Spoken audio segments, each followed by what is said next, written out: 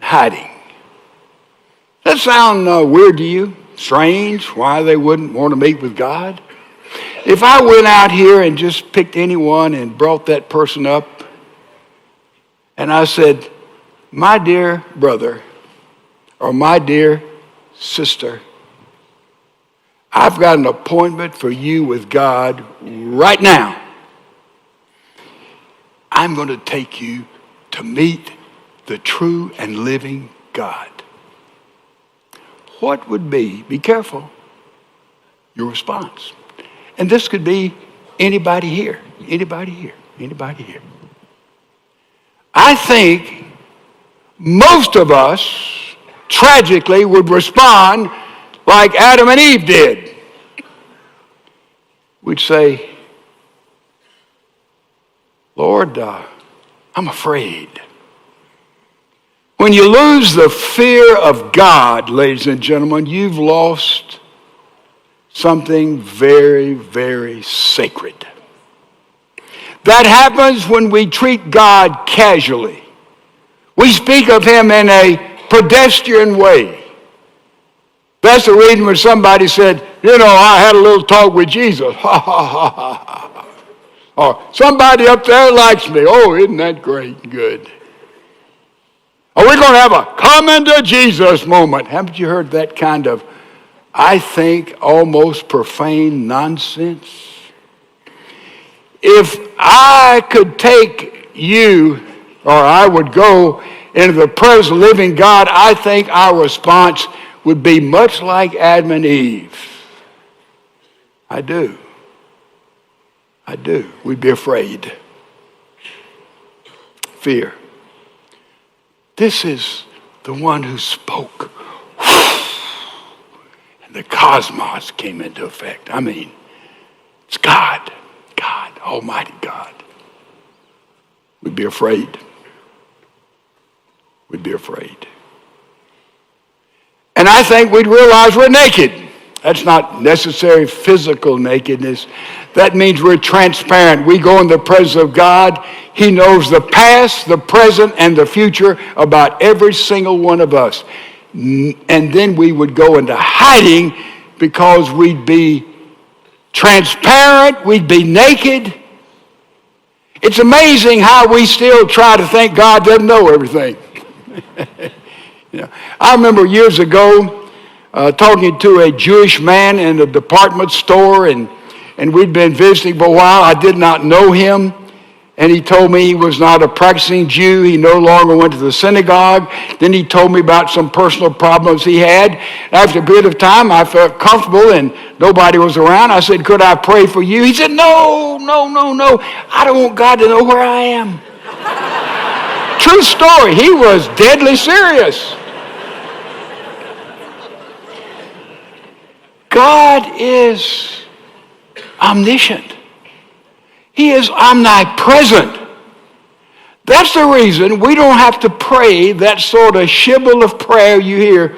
Lord, you're welcome in this place. Let me tell you, God was here before we got here. God is here now, and God will be here after we left. He is omnipresent.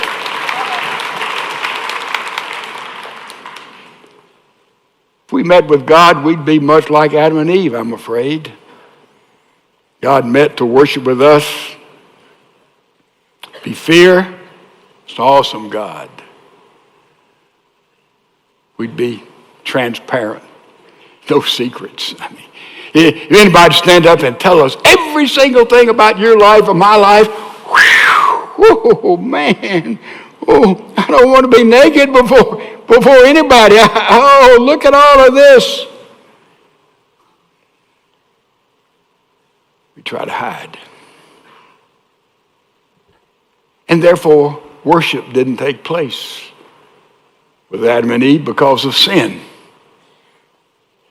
What does it take for worship to take place, for true worship to take place? The psalmist tells us in Psalm chapter 24, he said, who will ascend to this holy place? He said, who will stand before the living God? And he tells us exactly what it takes to worship, to stand before God, to be with God. He said, you got to have clean hands. This means we got to be morally right. Whew. That's a pretty good assignment, isn't it? Have to be morally right. Clean hands. You got to have a pure heart. Your motivations.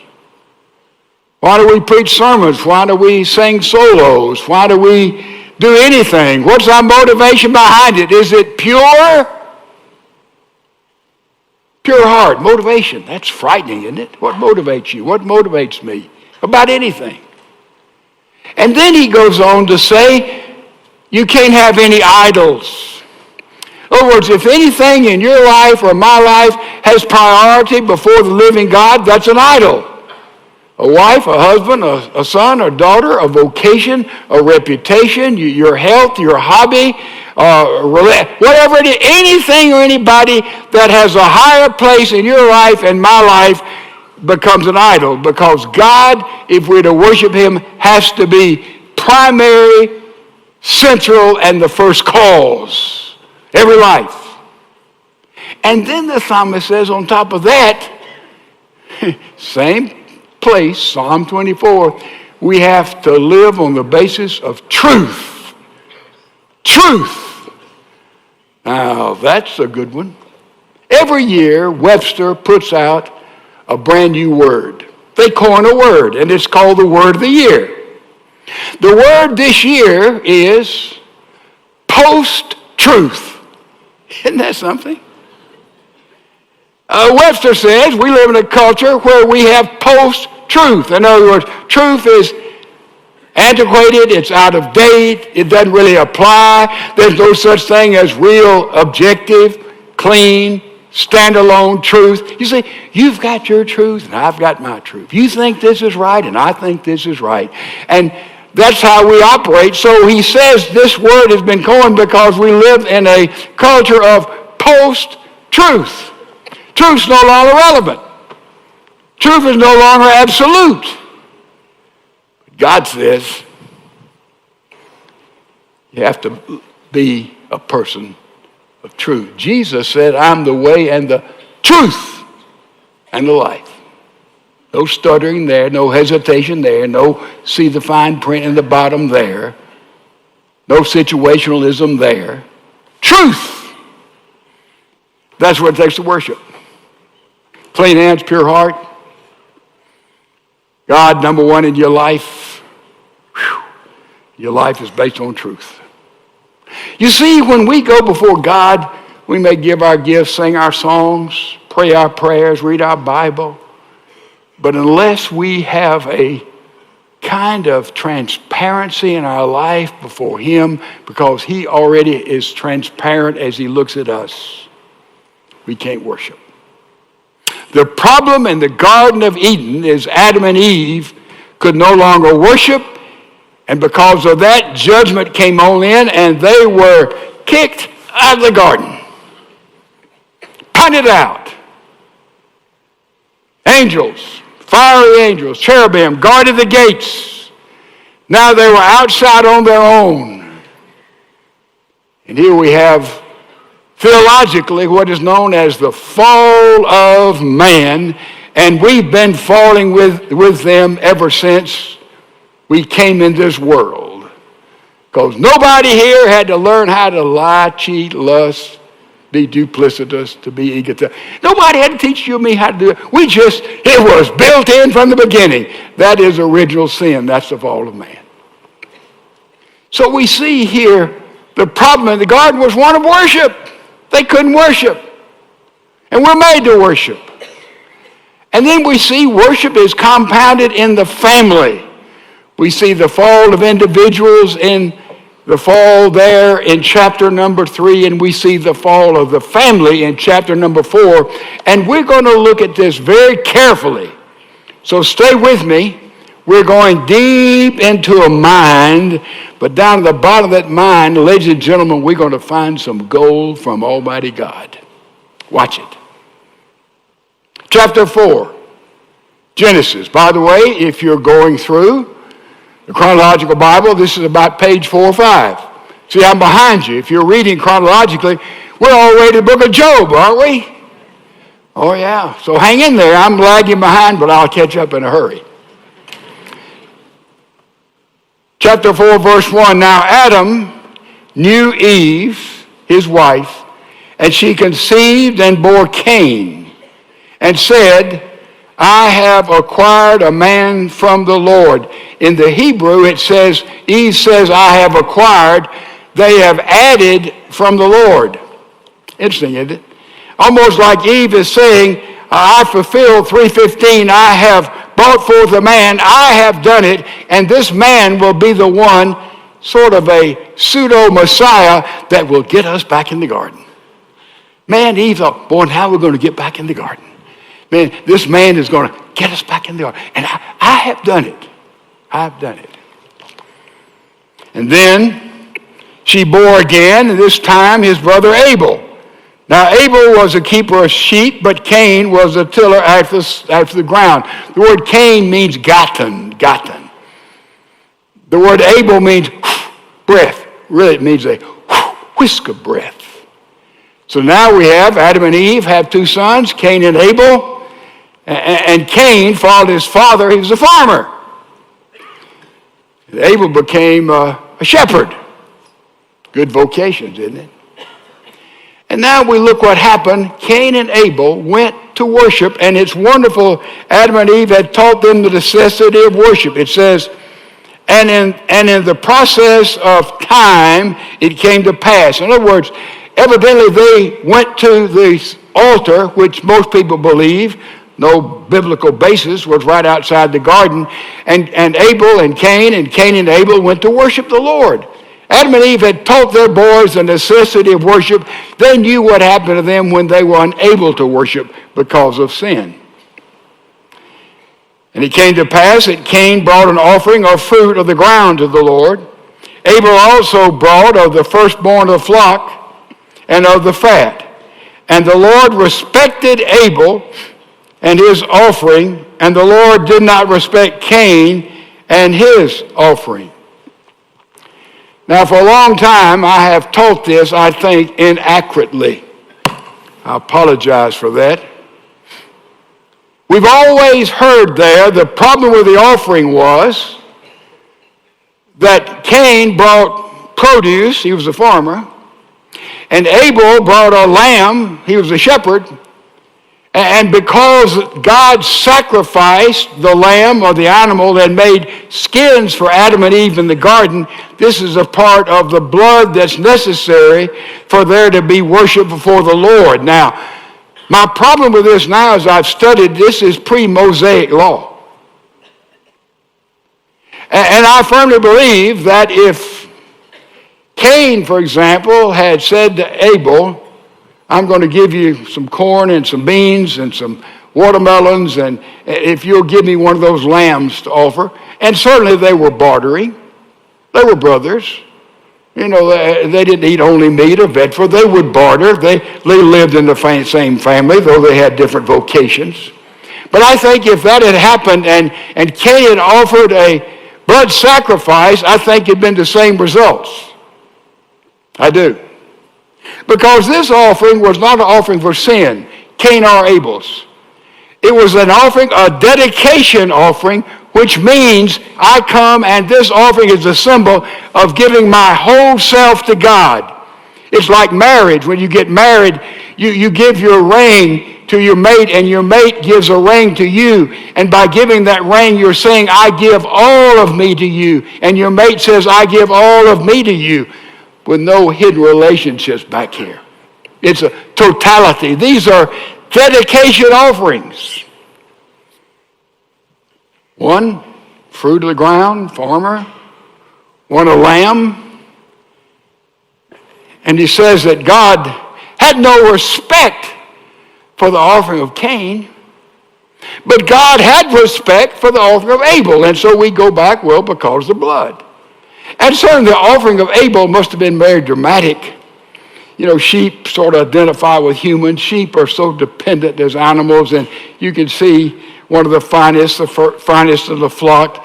Abel had gotten that little lamb, and the lamb with the liquid eyes and the warmth, and suddenly he took a knife and cut its throat, and the blood was shed. And this offering was centered on the lamb, and the quality of the offering of Abel. That's so important, and God received that offering. But here's the offering of Cain. It said God rejected. God did not respect that offering.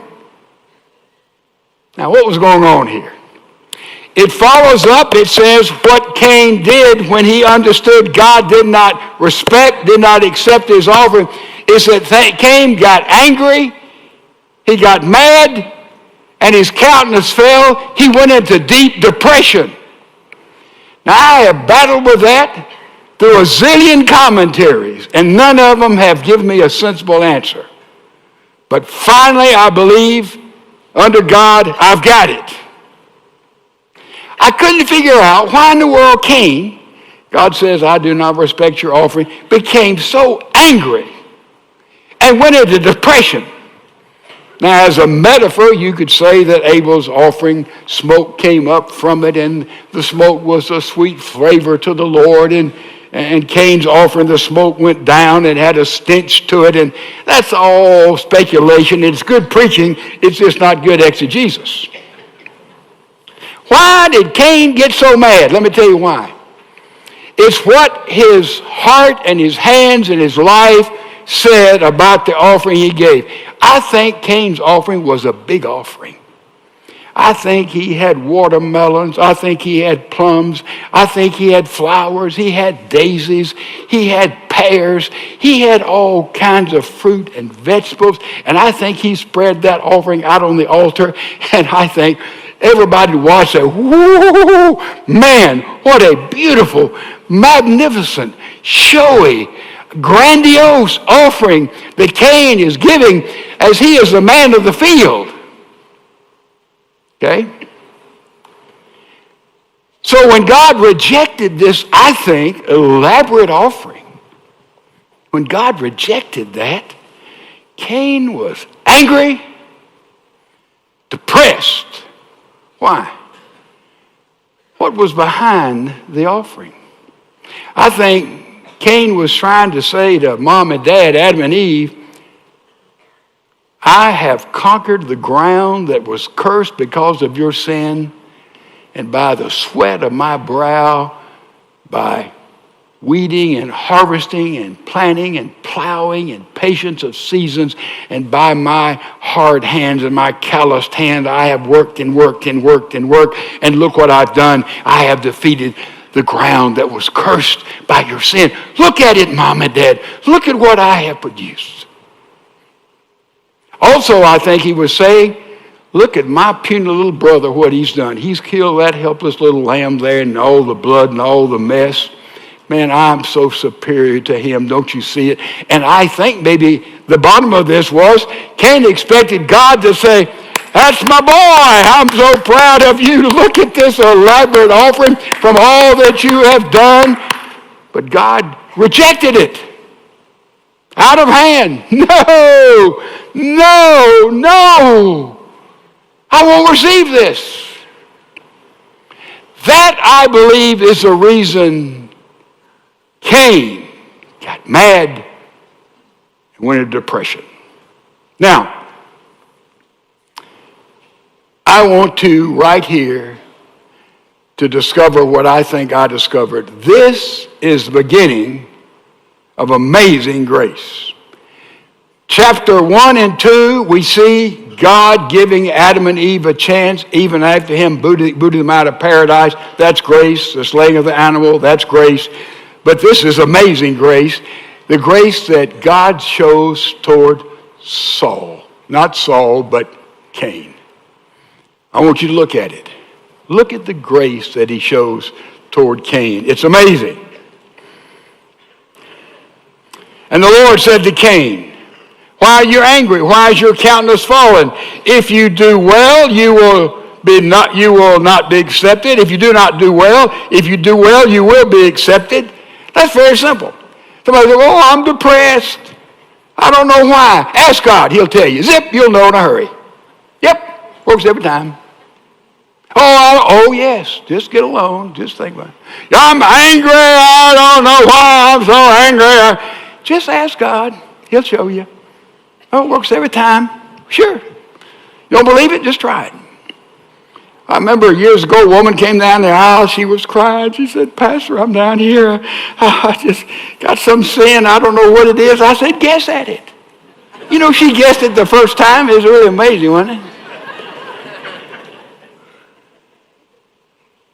So God said to Cain, Cain, man, if you do well, you got clean hands, pure heart, I'm in the center of your life.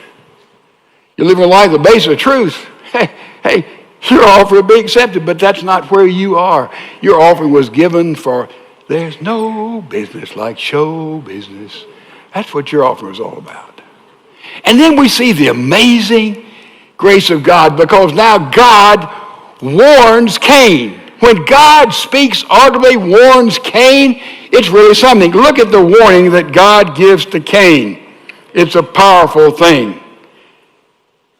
And he says, and if you do not well, sin crouches at your door. He's saying to Cain, sin crouches, and its desire is for you. Sin wants to consume you, but you should have victory. You should rule over it.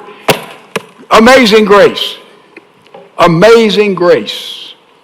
He said, sin is crouching at your door. And the word there in the Hebrew has to do with a wild animal. How many of you own a cat or have ever owned a cat? Lift your hand. I have. We've got a lot of cats. And one cat was named Claus. And Claus, I think like a lot of cats, would go and kill squirrels and birds and bring them at the door. I'd come in all the way to pick up a bird or a squirrel that Claus had captured for us. Brought to the door of our house. Some of you are familiar with that. And cats are something. And this is a picture of an animal, a lion, a panther, or something crouching. And God says to Cain, here is an animal crouching. This is sin crouching for you. Now notice something. When your cat spots something and is stalking, your cat gets down. Your cat gets smaller. The cat crouches down. The point here, God sees your sin as big, and you see your sin, and I see my sin as small. Just a small thing. And, you know, we take lust and put in a little ball and put it on the side. It's no big thing. It can lead to adultery. We take greed and put it on one side. It's no small thing. It's a little bitty thing in my life. It can lead to take advantage of people to get. So sin crouching is a picture of an animal, of a cat that is crouching there who appears to be very small, doesn't he? He wants to get small so the prey won't see it. And so we see our sin as small and others, and God sees our sin as big. But sin hides itself, doesn't it? Sin seeks to not be seen. So God's saying to Cain, Cain, there's a wild animal, a wild cat that's crouching there that wants to consume you, wants to get you. He said he wants to eat you up. He wants to swallow you up. That's what sin does. Every sin we commit has the possibility of an addiction. Every sin. Just name anything. Get the roll out. Call them out. It has the possibility of addiction. And you see, once I have sin, and then I turn away, and once I have sin, and I have sin, and I can turn away, once I have sin, and I have sin, and then somewhere along the way, sin will have me, and sin will have you. That's what addiction is. So God warns Cain. He said, Cain, sin is crouching there. Sin seems very small, Cain. I just reject your offering. But it's really a big thing, Cain, in my sight. And sin wants to swallow you up and ruin your life, Cain. But he says you can have victory over it. It doesn't have to be like that. Isn't that terrific? And that's true of all of us.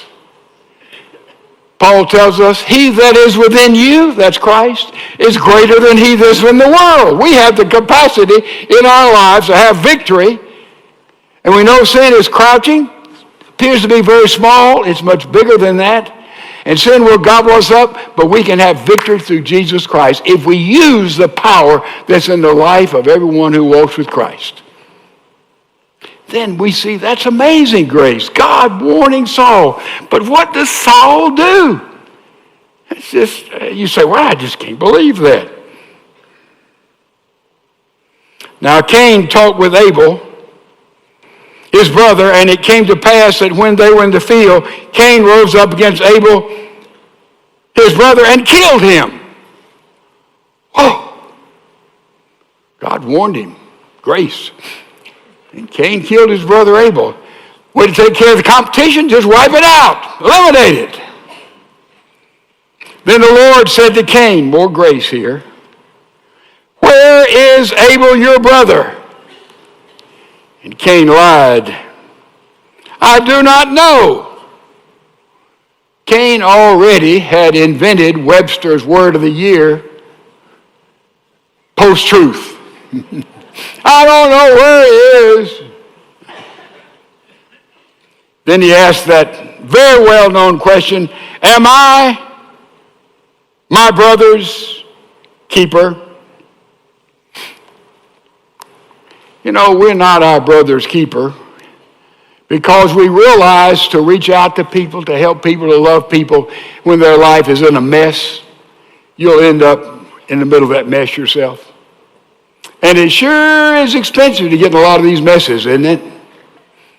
So therefore, we don't keep our brother. We don't reach to our brother. We back up and we say some little pious thing, I'll pray for you. That's good.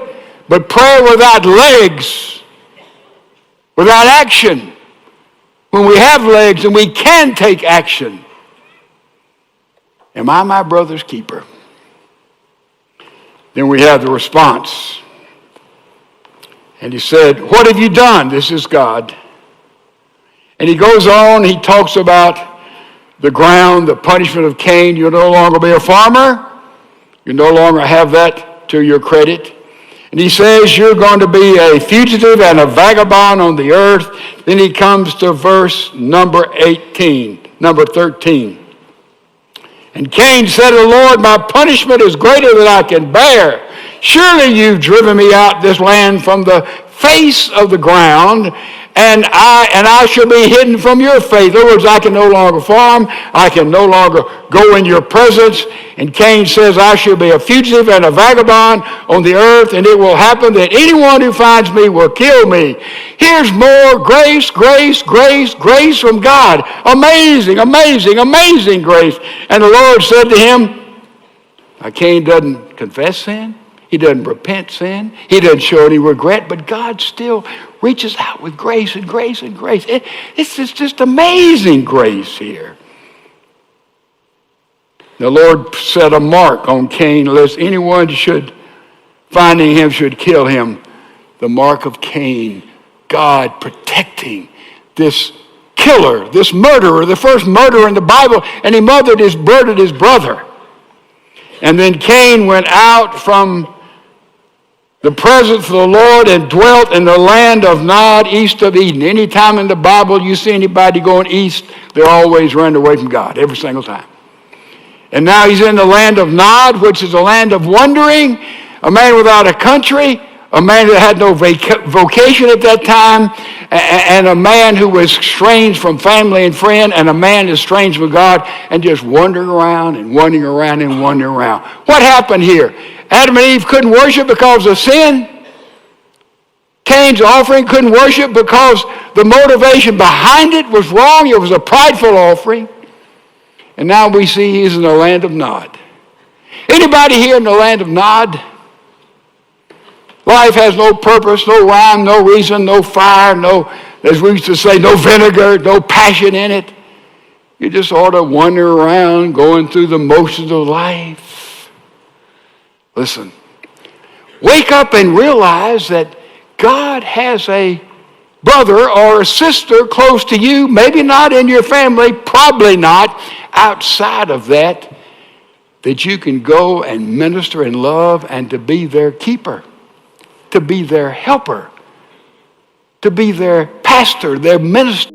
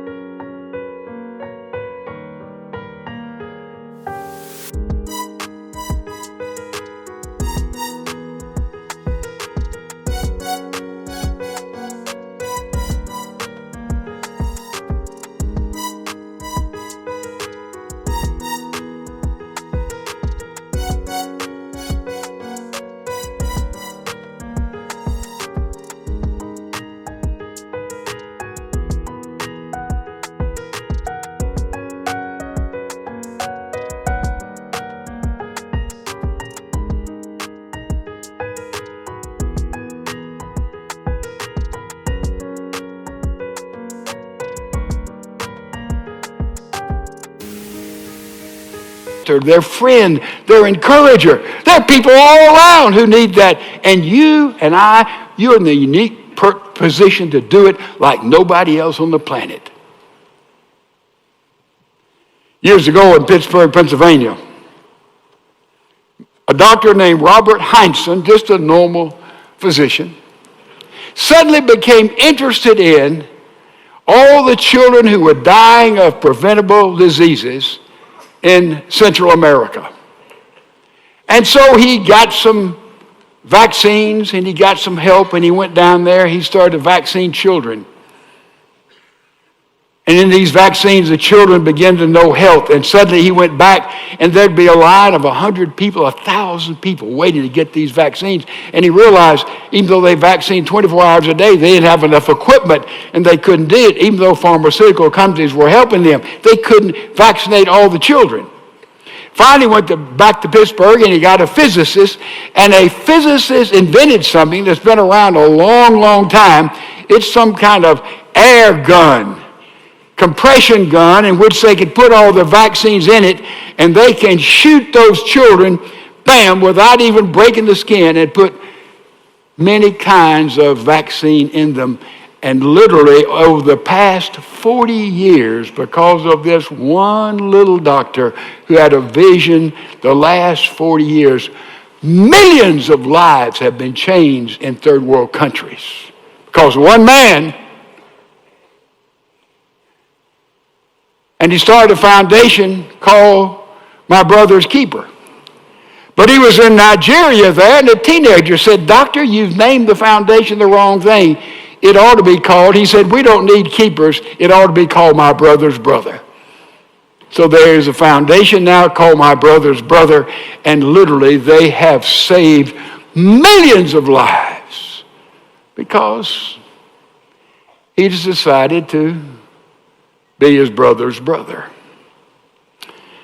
But a lot of us are much like Cain, clean hands, impure heart.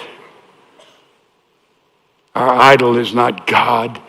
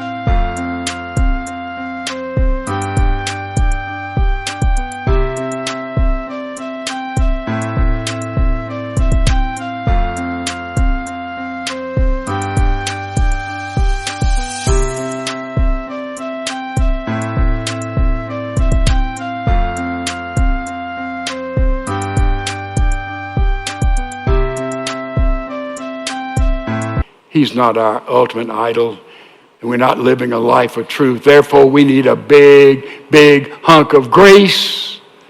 The kind of grace God spread all over Cain. Amazing, amazing, amazing grace. Even wandering in the land of Nod, God still exercised mercy and grace. How many of you have ever seen or heard the music, or perhaps seen the musical Les Miserables? Les Mis, lift your hand. Great music, great story.